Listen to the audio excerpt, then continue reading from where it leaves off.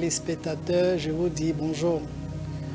Soyez les bienvenus à notre émission, la méditation. Nous allons prier. Père, nous voulons te dire merci. Nous voulons te rendre grâce. Et nous sommes aussi reconnaissants pour le souffle de vie que tu nous donnes encore ce matin. Nous voulons te dire merci encore pour la grâce que tu nous offres de pouvoir méditer ta parole. Père, nous voulons te prier que ta parole soit inscrite dans nos cœurs et que toi-même, par plus grâce, tu nous accordes la force et l'énergie de pouvoir mettre nos pas sur tes pas dans le nom de Jésus. Comme nous voulons méditer à présent ta parole, nous voulons te prier, Père, que ce ne soit pas un moment inutile, mais que nous puissions en ta présence gagner le meilleur de toi dans le nom de Jésus. Nous voulons te dire merci parce que nous savons que tu es un Dieu qui exauce les prières de ses enfants et que nous sommes exaucés dans le nom de Jésus. C'est dans le nom de Jésus que nous avons prié. Amen. Bien-aimés dans le Seigneur, je vous dis à nouveau bonjour et bienvenue sur notre émission Méditation. Ce matin, le thème sur lequel nous allons méditer est intitulé « As-tu pensé? As-tu pensé ?» Et à la lumière de ces quelques versets dans la parole, nous allons nous appuyer pour mieux comprendre le thème de ce matin. Dans le livre de Matthieu, dans le chapitre 16, si nous prenons nos Bibles dans Matthieu, dans le chapitre 16, nous allons le lire du verset 24 au verset 28. Matthieu, dans le chapitre 16, le verset 24 au verset 28, qui nous dit ici. Il dit, « Alors Jésus dit à ses disciples, « Si quelqu'un veut venir après moi, qu'il renonce à lui-même, qu'il se charge de sa croix et qu'il me suive. Car celui qui voudra sauver sa vie la perdra, mais celui qui la perdra à cause de moi la retrouvera. » Le verset 26, qui sera notre verset de méditation ce matin, il nous dit, « Et que servira-t-il à un homme de gagner tout le monde s'il perdait son âme, ou que donnerait un homme en échange de son âme ?» Ce verset est terminé par une interrogation. Elle nous est posée et il va falloir que nous lui donnons une réponse. Et à travers cette méditation de ce matin, la réponse sera donnée dans le nom de Jésus. Chose que nous devons savoir, tout ce que nous faisons sur cette terre a de risques. Le fait de dormir, nous risquons même de ne plus nous réveiller de notre sommeil. Le fait de manger, nous risquons aussi certainement de nous étouffer ou que la nourriture passe au travers. Le fait d'aller à moto, c'est aussi un risque. Le risque d'avoir un accident de circulation. Même le fait d'être dans son véhicule, qui est encore plus sécurisé que la moto, c'est aussi un risque. On peut être percuté à tout moment ou être en collision avec un autre véhicule. Dans tout ce que nous faisons, nous avons des risques. Les risques, nous les prenons tous les jours. Les risques sont partout. Mais il y a un risque qui sera vraiment fatal pour nous si nous ne la prenons pas. Ce risque-là, nous devons, par la grâce de Dieu, nous allons l'éviter dans le nom de Jésus.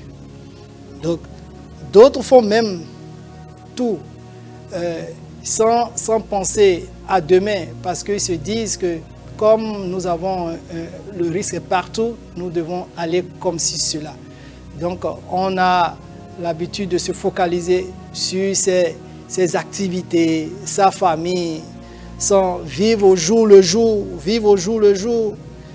D'autres même vont loin, même en vendant leur âme au diable, même pour pouvoir avoir du succès, pour pouvoir gagner, avoir une sécurité financière certainement. Mais tout en oubliant qu'il y a un risque en toute chose. Mais le risque le le plus grave ce matin dont j'ai voulu que nous puissions méditer est le risque de ne pas avoir Jésus, le risque de ne pas recevoir Jésus comme étant son Seigneur et son Sauveur personnel et quitter sur la terre des hommes. Le livre que nous venons de lire dans Matthieu, dans le chapitre ici, verset 26, Matthieu dans le chapitre 16, le verset 26 qui dit « Que sera-t-il à un homme de gagner le monde, tout le monde ?» La parole a été claire par rapport à ça. Tout le monde, s'il perdait son âme. Lorsque nous courons de gauche à droite pour pouvoir joindre les deux bouts, lorsque nous mettons dans des contrats ou bien nous éloignons petitement de Dieu sans savoir qu'il y a un risque que nous prenons tous les jours que Dieu nous donne. Et ce risque-là peut nous éloigner du vrai risque. Et ce risque-là, le risque qui est un danger ici, c'est le risque éternel. Ce risque-là de ne pas avoir Jésus dans sa vie, de ne pas recevoir Jésus-Christ comme étant son Seigneur et son Sauveur personnel. Je ne parle pas ici d'une religion, je ne parle pas de venir à l'église ou bien avoir une dénomination, non. Je parle de ta relation avec le Seigneur Jésus. Es-tu né de nouveau? Est-ce que tu as eu à faire l'expérience de la nouvelle naissance de manière authentique? As-tu donné ta vie à Jésus? As-tu fait réellement dos au péché? Es-tu réellement transformé par la parole et par l'Esprit de Dieu? Est-ce que l'Esprit de Dieu a confirmé en toi, dans ton âme, que tu es maintenant établi comme enfant de Dieu? Parce que c'est le plus grand risque. Parce que ce risque-là, il est éternel. On peut s'étouffer, on peut voir un médecin, on peut ici faire un accident, on peut aller se soigner. Mais le risque qui nous sera fatal et cette fatalité sera éternelle, c'est le risque de ne pas recevoir Jésus comme étant son Seigneur et son Sauveur personnel. Ce matin déjà, nous nous apprêtons à aller au boulot. Est-ce que nous sommes sûrs de revenir à la maison, Seigneur? Mais ma prière, c'est que tu reviennes à la maison et que la faveur et la grâce de notre Seigneur Jésus soit avec toi et qu'il te protège dans ton aller, dans ta venue, et même dans tes activités, même dans ta famille. Mais ce que je veux de toi, c'est que tu puisses donner réellement ta vie à Jésus. Pour que, si le Seigneur t'appelait, parce que lorsque nous donnons notre vie à Jésus, et nous ne mourrons pas, le Seigneur nous appelle auprès de lui, nous dormons parce qu'il reviendra nous chercher.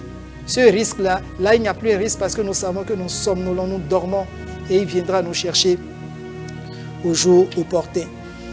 Dans le livre de Luc, je voudrais ensemble que nous puissions prendre cette décision-là dans le livre de Luc, dans le chapitre 12,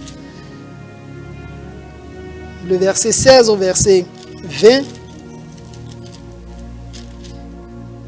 Il nous dit, et il est dit en cette parabole, les terres des hommes d'un homme riche avaient beaucoup rapporté.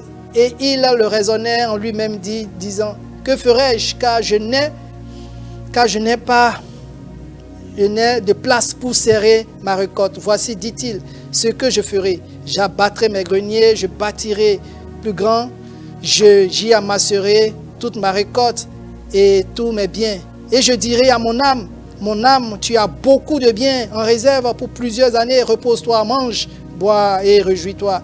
Mais Dieu, le verset qui tire notre attention ici, c'est le verset 20. Il dit, mais Dieu lui dit, insensé, cette nuit même ton âme te sera redemandée, et ce que tu as préparé, pour qui cela sera-t-il? Nous courons de gauche à droite. Voici l'exemple de cet homme riche qui a vraiment amassé. Nous connaissons tous l'histoire. Si nous ne l'avons pas, nous pouvons le lire. C'est dans le livre de Luc, dans le chapitre 12. Le verset 16, il a amassé, il s'est dit que tout est déjà fini. Mais Dieu lui a dit, insensé que tu es, ton âme ne t'appartient pas. C'est pour nous dire quoi? Le lendemain, le jour d'après, l'heure d'après, l'instant d'après ne nous appartient pas.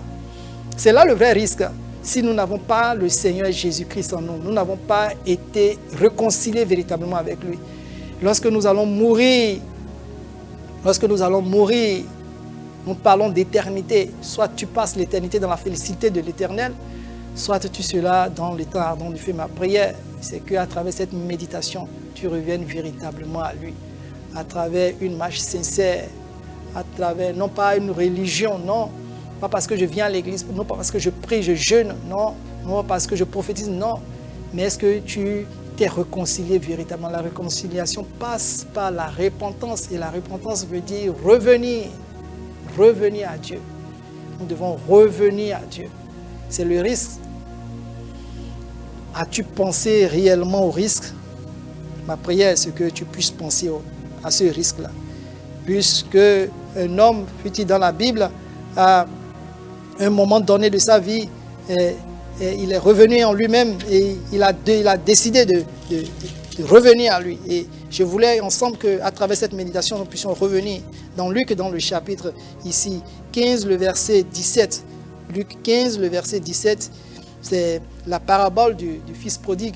Le verset 17 nous dit, étant entré en lui-même, il se dit, combien de mercenaires chez moi, chez mon père, ont du pain en abondance, et moi ici, je meurs de faim. Tu cours pour combien de temps? Tu cours pour beaucoup de choses. Oh, tu as ton père qui peut tout te donner. Nous devons faire quoi? Tu dois entrer en toi-même, comme le fils prodigue. Il dit, étant rentré en lui-même, est-ce qu'il fut un moment donné de ta vie, es-tu rentré véritablement en toi-même pour te poser la question, réellement, où passeras-tu l'éternité?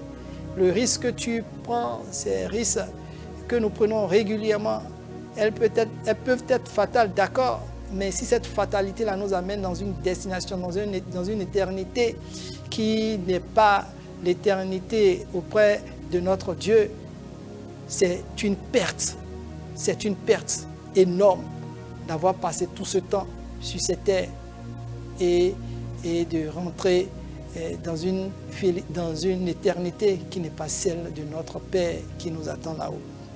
Nous devons rentrer en nous-mêmes et de savoir que le risque est grand lorsque nous n'avons pas notre Seigneur Jésus comme étant notre Seigneur, notre Sauveur, qui pourra d'ailleurs nous secourir parce qu'il établira ici la confiance et fera de nous ses enfants.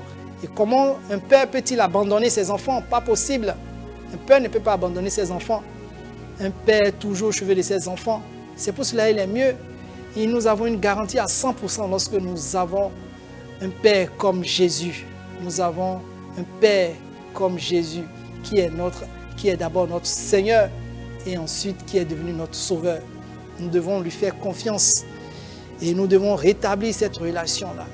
Et savoir que si nous sommes avec lui, le risque est quasi... Il n'y a plus de risque avec lui.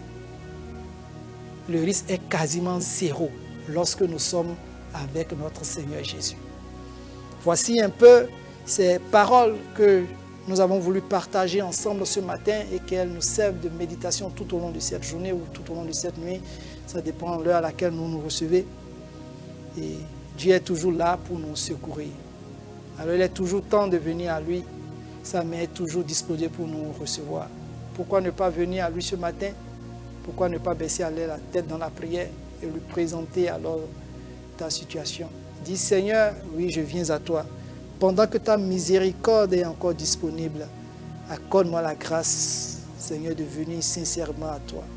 Accorde-moi la grâce de m'abandonner à toi. Je me soumets à toi ce matin. Prends-moi, lave-moi et garde-moi encore bien plus près de toi. C'est dans le nom de Jésus que nous avons prié. Père, nous voulons te dire merci, nous voulons te rendre grâce pour ce moment que nous avons passé avec toi. Nous voulons te prier, le risque est grand au dehors, mais avec toi, le risque est quasiment zéro. Nous voulons te prier ce matin que ce risque-là, que tu puisses nous en épargner et que nous puissions, au-delà des risques que nous puissions prendre sur ces terres, nous avons la félicité de passer le reste de l'éternité avec toi. Que cela soit notre partage, notre Dieu, notre Père. Nous voulons te dire merci pour l'exaucement. C'est dans le nom de Jésus que nous avons prié. Amen.